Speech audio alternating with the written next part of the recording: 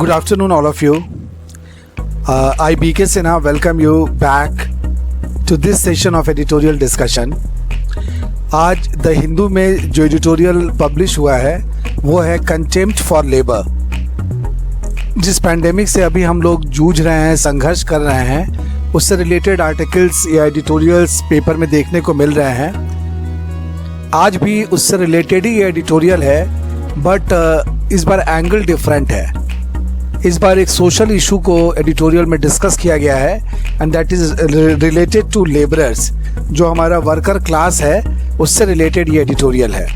तो सबसे पहले हम लोग डिस्कस करते हैं रोज़ की तरह आज भी कुछ वैसे वर्ड्स को जो पहले के एडिटोरियल्स में डिस्कस किए जा चुके हैं, लेकिन फिर भी एक बार in order to just recapitulate हम लोग उन वर्ड्स को डिस्कस करते हैं. First word exemption. Exemption means छूट या relaxation. Next is crisis. Crisis means संकट. Pandemic हर एडिटोरियल में देखने को मिल रहा है. वैश्विक महामारी.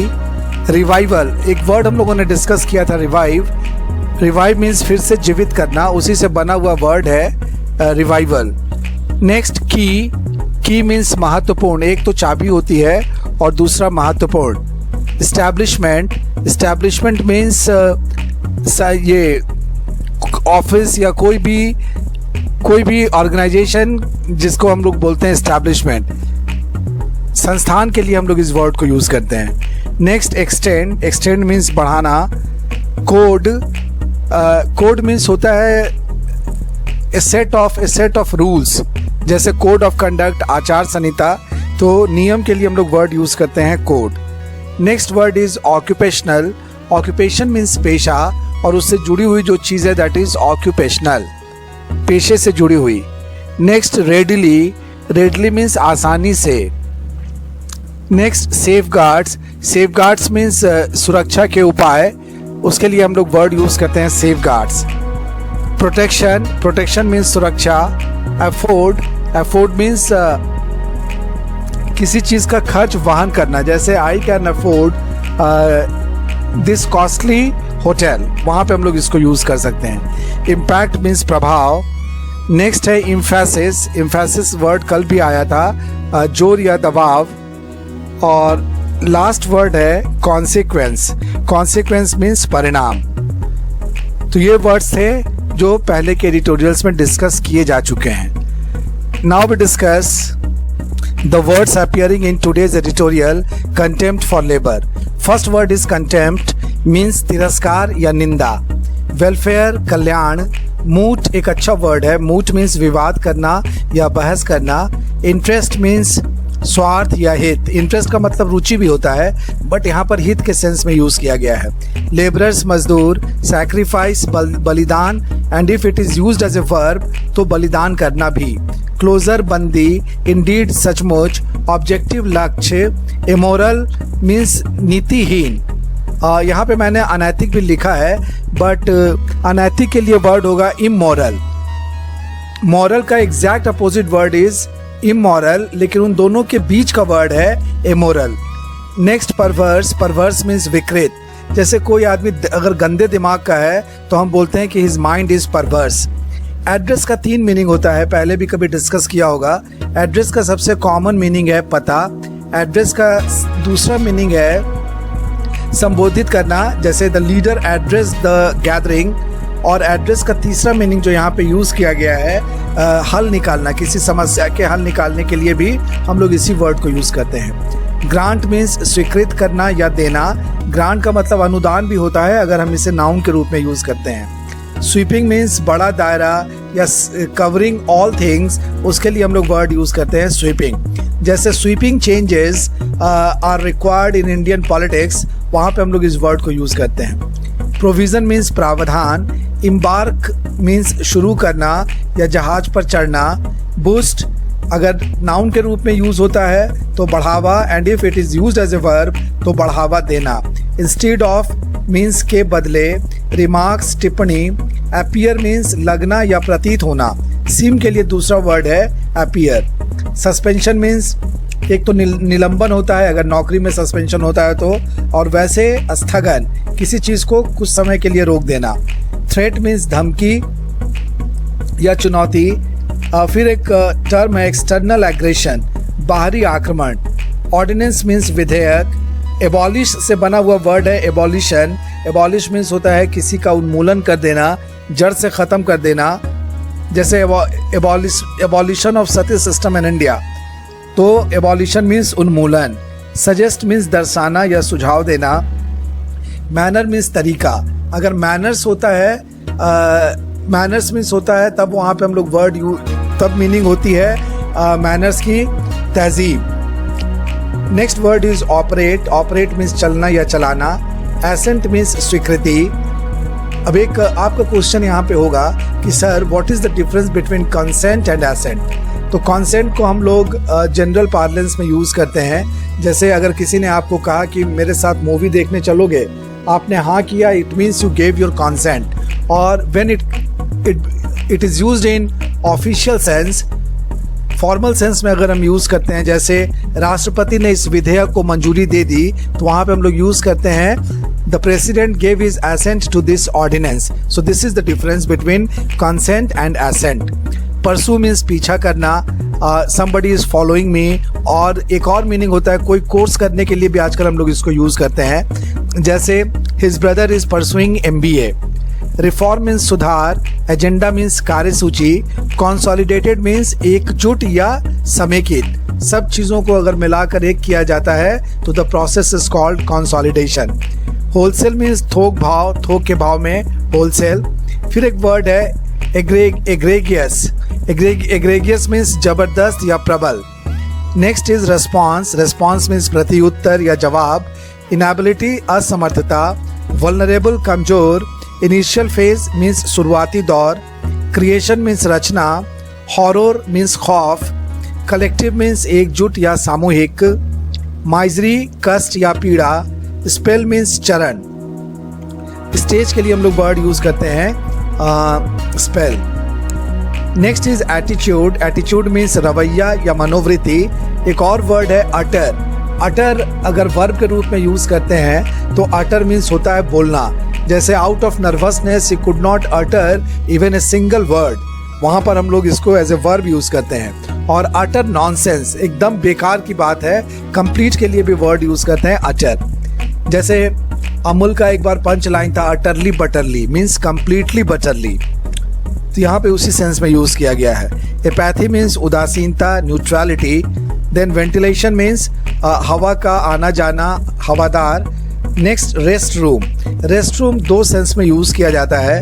अगर हम ब्रिटिश इंग्लिश की बात करें तो ये एक वैसा कमरा है जहाँ पे एम्प्लॉयज़ लोग या कोई भी जाकर आराम कर सकता है। और अगर नॉर्थ अमेरिकन इंग्लिश की बात करें तो वहाँ पे रेस्ट रूम को टॉयलेट के लिए यूज़ किया जाता है, मीन्स शौचालय। और लास्ट वर्ड है creche. Creche means day care या शिशु गृह। तो ये थे आज के words. Now we come to the discussion of editorial. Contempt for labour. श्रम का तिरस्कार। तिरस्कार एक वर्ड यहाँ पे यूज किया गया है। श्रम इतना महत्वपूर्ण है लेकिन समाज में उसे वह स्थान नहीं मिल रहा जो मिलना चाहिए।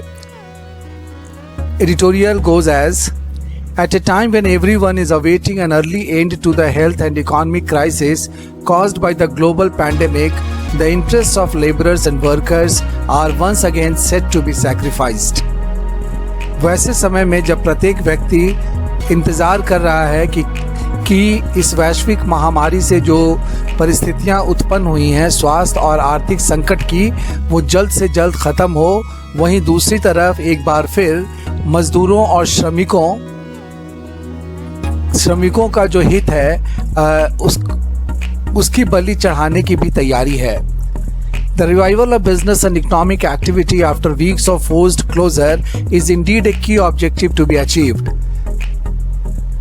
बहुत दिनों के बाद ये जो पूर्ण बंदी हुई तो इसके बाद बिजनेस, व्यापार या आर्थिक गतिविधियों को फिर से वापस पटरी पर लाना निश्चित रूप से एक महत्वपूर्ण लक्ष्य है जिसको प्राप्त करना हम लोगों के लिए बेहद ज़रूरी है। However, it is immoral and perverse on the part of the some states to address this need by granting sweeping exemptions from legal provisions aimed at protecting laborers and employees in factories, industries and other establishments. हालांकि ऐसा करने के लिए कुछ राज्य सरकारें जो हैं वो इस आवश्यकता को पूरा करने के लिए क्या कर रही हैं, अपने तरफ से उन सारे कानूनी प्रावधानों को उन लोगों ने एग्जेम्प्ट कर दिया है, उससे अपना मुंह मोड़ लिया है, जो श्रमिकों और कर्मचारियों को कुछ प्रोटेक्शन देता था फैक्ट्रियों में, उद्योगों में या दूसरे संस्थानों में। मतलब एम्प्लॉयज़ और वर्कर से जुड़े हुए जो कानून, जो लीगल प्रोविजंस हैं सरकार के तरफ से, ये लोग उसको मानना नहीं चाह रहे हैं। कुछ राज्य सरकार ऐसा करने पर आमदा हैं, उसमें मध्य प्रदेश का नाम आता है। Madhya Pradesh has embarked on a plan to give a boost to business and industry by allowing units to be operated without many of the requirements of the Factories Act। Madhya Pradesh ने एक ऐसी योजना बनाई है अपने बिजनेस को बढ़ावा देने के लिए, अपने इकॉनमी को और इंडस्ट्री को बूस्ट करने के लिए, जिसके तहत फैक्ट्रियों में ऐसे निर्देश दिए गए हैं जिसमें फैक्ट्रीज एक्ट जो लागू होता है उसमें बहुत रियायतें दे दी गई हैं, उसमें बहुत छूट दे दी गई हैं। उसके उदाहरण है, वर्किंग आवर्स में extend to 12 hours. Working hours जो प्रेस्क्राइब्ड है 8 घंटे का, उसको बढ़ाकर 12 घंटे किया गया है। And weekly duty up to 72 hours, और एक सप्ताह में 72 घंटे ड्यूटी करनी पड़ेगी। Going by Chief Minister Shivraj Singh Chauhan's remarks, it appears the state has used Section 5 of the Act। अगर मुख्यमंत्री शिवराज चौहान के टिप्पणियों की चर्चा की जाए तो ऐसा प्रतीत होता है कि राज्य सरकार ने फैक्ट्रीज एक्ट के सेक्शन 5 का इस्तेमाल किया है। सेक्शन 5 क्या बोलता है ये देखते हैं। Which permits exemption from its provisions for 3 months in the hope that the center would approve such suspension for at least 1000 days। Section 5 अनुमति देता है किसी भी राज्य सरकार को कि अगर वो चाहे तो 3 महीनों तक फैक्ट्री एक्ट के प्रावधानों से अपने को एग्जेम्प्ट कर सकता है। साथ ही साथ मध्य प्रदेश सरकार ये भी आशा रखती है कि इस तरह की जो छूट होगी वो सरकार आगे भी देगी, और ये छूट कम से कम 1000 दिनों तक के लिए मिल जाएगी। 1000 दिन का मतलब करीब 3 साल से भी ज़्यादा। However, this exemption can be given only during a public emergency defined in a limited way as a threat to security due to war or external aggression। हालांकि ये जो छूट है ये दिया जा सकता है एक पब्लिक इमरजेंसी के समय, और पब्लिक इमरजेंसी को डिफाइन किया गया है कि पब्लिक इमरजेंसी क्या हो सकती है, जब हमारे सुरक्षा पे खतरा हो युद्ध की वजह से या किसी बाहरी आक्रमण की वजह से। पब्लिक इमरजेंसी को डिफाइन किया गया है। Uttar Pradesh has approved an ordinance suspending for 3 years all labor laws save a few ones relating to the abolition of child and bonded labor, women employees, construction workers and payment of wages, besides compensation to workmen for accidents while on duty। Uttar Pradesh की सरकार ने भी कुछ ऐसी ही योजना बनाई है और उसने एक विधेयक भी पास किया है जिसमें 3 सालों तक श्रमिकों से संबंधित सभी कानून स्थगित कर दिए जाएंगे, उनको अमल में नहीं लाया जाएगा।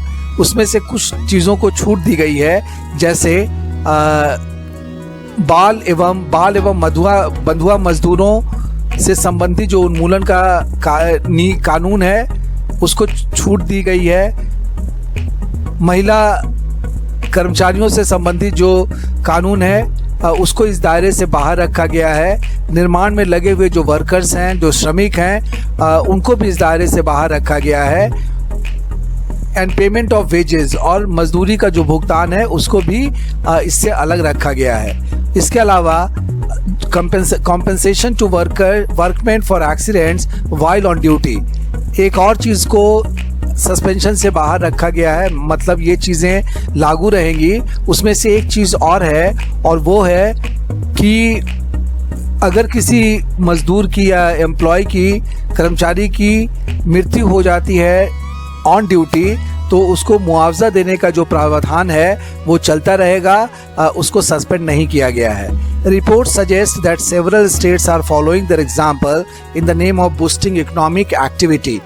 रिपोर्ट से ऐसा पता चलता है कि और भी कई राज्य हैं जो इस उदाहरण का अनुसरण कर रहे हैं, सिर्फ इस नाम पर कि हमें अपने आर्थिक गतिविधियों को तेज करना है या उन्हें दुरुस्त करना है। Now we come to the second paragraph. उसमें लिखता है changes in the manner in which labor laws operate in a state may require the center's assent. श्रमिकों के कानून में क्या परिवर्तन होंगे, किस तरह से परिवर्तन होंगे किसी भी राज्य में, इसमें केंद्र सरकार की स्वीकृति जरूरी होती है। One hopes the center, which is pursuing a labor reform agenda through consolidated codes for wages, industrial relations and occupational safety, health and working conditions, would not readily agree to wholesale exemptions from legal safeguards and protections the law now affords to workers. कोई भी आदमी ये सोच सकता है कि वह केंद्र सरकार जो अभी एक अच्छे कार्यक्रम पर काम कर रही है, और वो है श्रम कानूनों में संशोधन और इनके मजदूरी से संबंधित जो नियम है, साथ ही साथ औद्योगिक संबंध और ऑक्यूपेशनल सेफ्टी मतलब पेशे से जुड़ी हुई जो सुरक्षा है, हेल्थ एंड वर्किंग कंडीशंस स्वास्थ्य और काम करने का जो परिवेश है, तो इन अच्छे मुद्दों पर काम करने वाली केंद्र की जो सरकार है वो आसानी से सहमत नहीं होगी कि एक ही साथ इन कानूनों में इतनी ढील दे दी जाए या इनमें छूट दे दी जाए। The most egregious aspect of the country's response to the pandemic was its inability to protect the most vulnerable sections and its vast underclass of laborers from its impact. जो सबसे दुखद चीज़ या सबसे दुखद या सबसे परेशान करने वाला जो पक्ष रहा है अभी हमारे देश का इस महामारी में, वो है कि हम लोग असफल रहे हैं। हम लोगों ने अपनी असफलता दिखाई है कि हमारे समाज का जो सबसे कमज़ोर वर्ग है, सबसे नीचे का जो तबका है श्रमिकों का, उसको इसके प्रभाव से, इस वैश्विक महामारी के प्रभाव से, खासकर इसके सामाजिक और आर्थिक प्रभाव से हम लोग नहीं बचा पाए। ये हमारे लिए दुखद है। The emphasis in the initial phase was on dealing with the health crisis, even when the consequence was the creation of an economic crisis. इस महामारी के शुरू के दौर में हमारा जो जोर रहा, हमने जिस चीज़ पर अपना ध्यान केंद्रित किया वो था कि स्वास्थ्य से संबंधित जो संकट है उससे किसी तरह से बचा जाए, भले ही इसका परिणाम आर्थिक संकट में क्यों ना परिणत हो जाए। While the country watches with horror the continuance of the collective misery of migrant workers well into the third spell of the national lockdown, the attitude of the ruling class towards labor remains one of utter apathy bordering on contempt. अभी जबकि हमारा ये जो lockdown है ये तीसरे stage में चल रहा है, लेकिन इसमें इसकी अगर बात की जाए तो इसमें भी हम लोग देख रहे हैं कि जो माइग्रेंट वर्कर्स हैं, जो प्रवासी मज़दूर हैं, चाहे वो दूसरे राज्यों में काम कर रहे हों या दूसरे देशों में काम कर रहे हों, उनके क्या कष्ट हैं, कितने पीड़ा से वो गुज़र रहे हैं, ये हम लोग इसका खौफनाक नज़ारा हम लोग लगातार देख रहे हैं। इसमें कोई कमी नहीं आई है। लेकिन अगर दूसरी तरफ देखा जाए तो हमारे देश का जो शासक वर्ग है वो इनके प्रति अभी भी पूरी तरह से उदासीन बना हुआ है, और उदासीनता की हद ये है कि ये एक तरह से अपने को तिरस्कृत वर्ग समझ रहा है। उनका जो नज़रिया है, शासकीय वर्ग का जो नज़रिया है, वो तिरस्कार से कम नहीं है।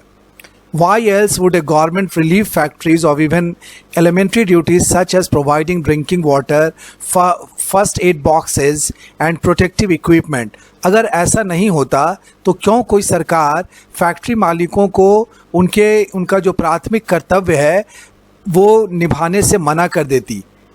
किनके प्रति? उन मज़दूरों के प्रति। अगर काम करने वाले जो कामगार हैं उनको अगर पीने का शुद्ध पानी मिले, उनके प्राथमिक उपचार का बक्सा अगर फैक्ट्री में मौजूद हो या उनके सुरक्षा के उपकरण हो तो इसमें सोचने वाली क्या बात है। लेकिन फिर भी सरकार ये रियायत दे रही है फैक्ट्री मालिकों को कि अगर आप ये ज़रूरी सुविधाएं भी उपलब्ध नहीं कराते तब भी काम चलेगा।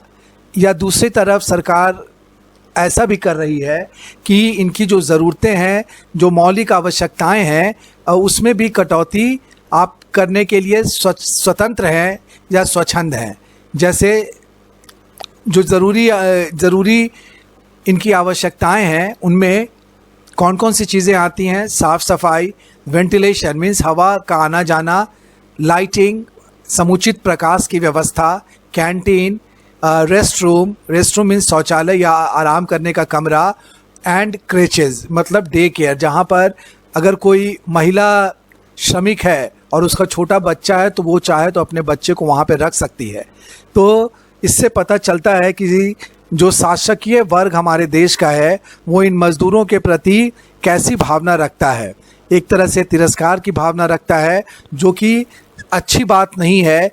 ये मानवीय अधिकारों का हनन है एक तरह से कहा जा सकता है। ऐसा नहीं होना चाहिए, इसके प्रति हमें ज़रूर सोचना चाहिए।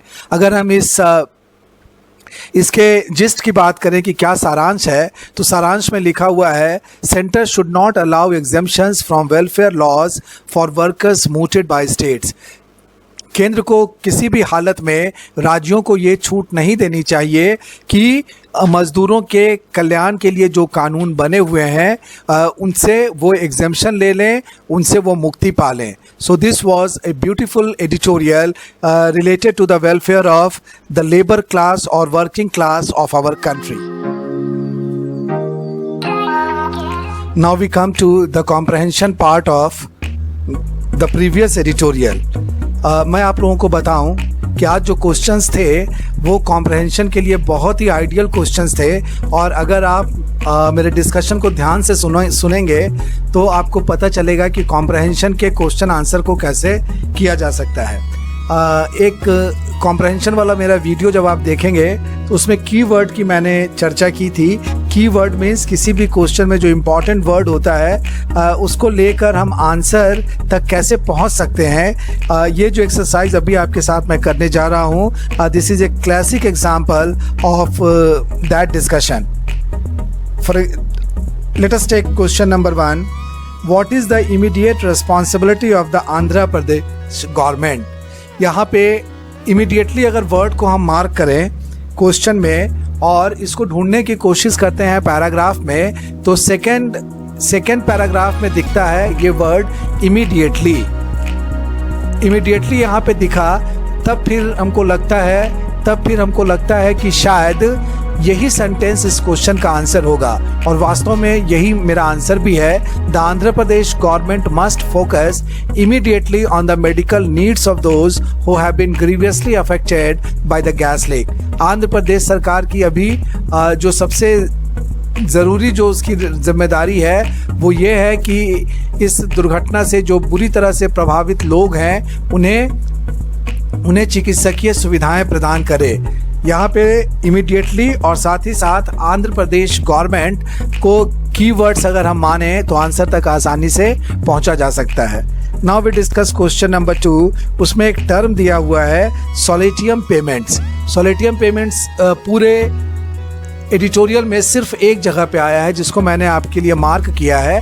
सोलेटियम पेमेंट्स का हालांकि यहाँ पर कोई अलग से एक्सप्लेनेशन नहीं दिया गया है, लेकिन एग्ज़ाम में हो सकता है कि आपको ऑप्शंस दिए जाएं। जैसा कि मैंने कल डिस्कशन में बताया था कि सोलेटियम पेमेंट उस भुगतान को कहते हैं जो किसी लॉस को कॉम्पेंसेट करने के लिए दिया जाता है। क्षतिपूर्ति के लिए किया गया भुगतान इज कॉल्ड सोलेटियम पेमेंट्स। तो इसका आंसर यही होगा। अगर इस तरह का ऑप्शन दिया हुआ रहेगा तो you can easily take the correct answer. Now we come to question number 3. Why this tragedy is being compared to the 1984 Bhopal gas disaster? इसके ये क्वेश्चन 2 पार्ट में है और सेकंड पार्ट कहता है स्टेट द रीजंस। यहाँ पे सबसे पहले तो हम लोग देखते हैं कि 1984 भोपाल गैस डिजास्टर कहाँ पर दिया हुआ है इस पैराग्राफ में। तो सेकंड पैराग्राफ में है 1984 भोपाल गैस डिजास्टर और इसकी तुलना अभी जो दुर्घटना हुई इसकी तुलना क्यों इससे की जाती है। तो उसका आंसर है as a harmful chemical styrene could have chronic effects beyond the immediate symptoms. International safety literature cites it as a substance that may cause cancer. जैसा कि भोपाल में हुआ था वही चीज़ यहाँ पर है। इमीडिएट सिम्टम्स तो जो हैं सो हैं, लेकिन ये एक ऐसा सब्सटेंस है जिसका दूरगामी दुष्प्रभाव भी पड़ सकता है। जैसे जो लोग इससे प्रभावित हुए हैं उनमें कैंसर की संभावना भी हो सकती है। तो यही इसका कारण है कि इसकी तुलना 1984 भोपाल गैस डिजास्टर से की जा रही है। तो ये था answer to question number 3। Now we discuss question 4। Question 4 में है what are the characteristics of styrene the chemical involve in the disaster. यहाँ पे स्टीरीन वर्ड एक जगह पे दिया हुआ है जो मैंने आपके लिए मार्क भी किया है। तो उसके क्या क्या कैरेक्टरिस्टिक्स हैं इसको भी 2 पार्ट में 2 जगह पर इसका आंसर मिलेगा, उनको कंबाइन करके आंसर को लिखना होगा। फर्स्ट में styrene the chemical involve in the disaster a struck plant that produces polystyrene products is included in the schedule of the manufacture store and import of hazardous chemical rules. Styrene एक ऐसा chemical है जो कि polystyrene products को produce करने में use किया जाता है। This is one characteristic. इसका दूसरा कैरेक्टरिस्टिक ये भी है कि इसको manufacture storage and import of hazardous chemical rules 1989 में इनलिस्ट किया गया है, उसमें उसके सूची में इसको शामिल किया गया। ये इसका दूसरा कैरेक्टरिस्टिक इस एडिटोरियल में दिखता है। और फिर 4th B करके मार्क किया है आपके लिए that the chemical was hazards characterized by poor stability under a variety of conditions that could even lead to explosive situations. इसका क्या कैरेक्टरिस्टिक है कि ये खतरनाक है और इसकी खासियत क्या है कि पुअर स्टेबिलिटी रहती है इसकी अलग अलग कंडीशन में, और अगर स्टेबिलिटी को मेंटेन नहीं किया जाए तो विस्फोटक स्थिति भी पैदा हो सकती है इस केमिकल के द्वारा। तो ये 3-4 कैरेक्टरिस्टिक्स इसके पता चले हमें इस एडिटोरियल से स्टीरीन के बारे में। Now we come to the last question, question number 5। What lessons did we as a nation get from this tragedy. ये जो त्रासदी हुई इससे एक देश के रूप में हम क्या सबक लेते हैं। अगर देखा जाए तो ये पूरे एडिटोरियल का सारांश है, जिस्ट है, जो कि यहाँ पे लिखा हुआ है। जिस्ट में हमने आपके लिए मार्क भी किया है उसको। 5th, the gas leak tragedy is a reminder that safety is paramount when exiting the lockdown. इससे हमें ये सीख मिली कि लॉकडाउन से बाहर आने की जो प्रक्रिया हमारी है, हमें याद रखना चाहिए कि इसमें सर्वोपरि सुरक्षा है, लोगों के जान माल की सुरक्षा इसमें सर्वोपरि है। So this is the lesson we derived from this tragedy. So these were the answers. अगर इस तरह से आप कॉम्प्रहेंशन करेंगे तो कॉम्प्रहेंशन आपके लिए बिल्कुल भी परेशानी खड़ी नहीं करेगा। तो अगर आपको ये डिस्कशन पसंद आया हो तो इसे शेयर कीजिएगा और लाइक कीजिएगा, साथ ही साथ सब्सक्राइब कीजिएगा। कल के बारे में मैं बता दूं कि कल सैटरडे है, कल संडे है, इसीलिए कल तो एडिटोरियल का डिस्कशन नहीं हो पाएगा। हम लोग कुछ नया वीडियो आपके लिए प्रेजेंट करेंगे। मंडे को फिर मिलेंगे एक नए एडिटोरियल के साथ। तब तक के लिए goodbye, stay home, stay safe, stay healthy.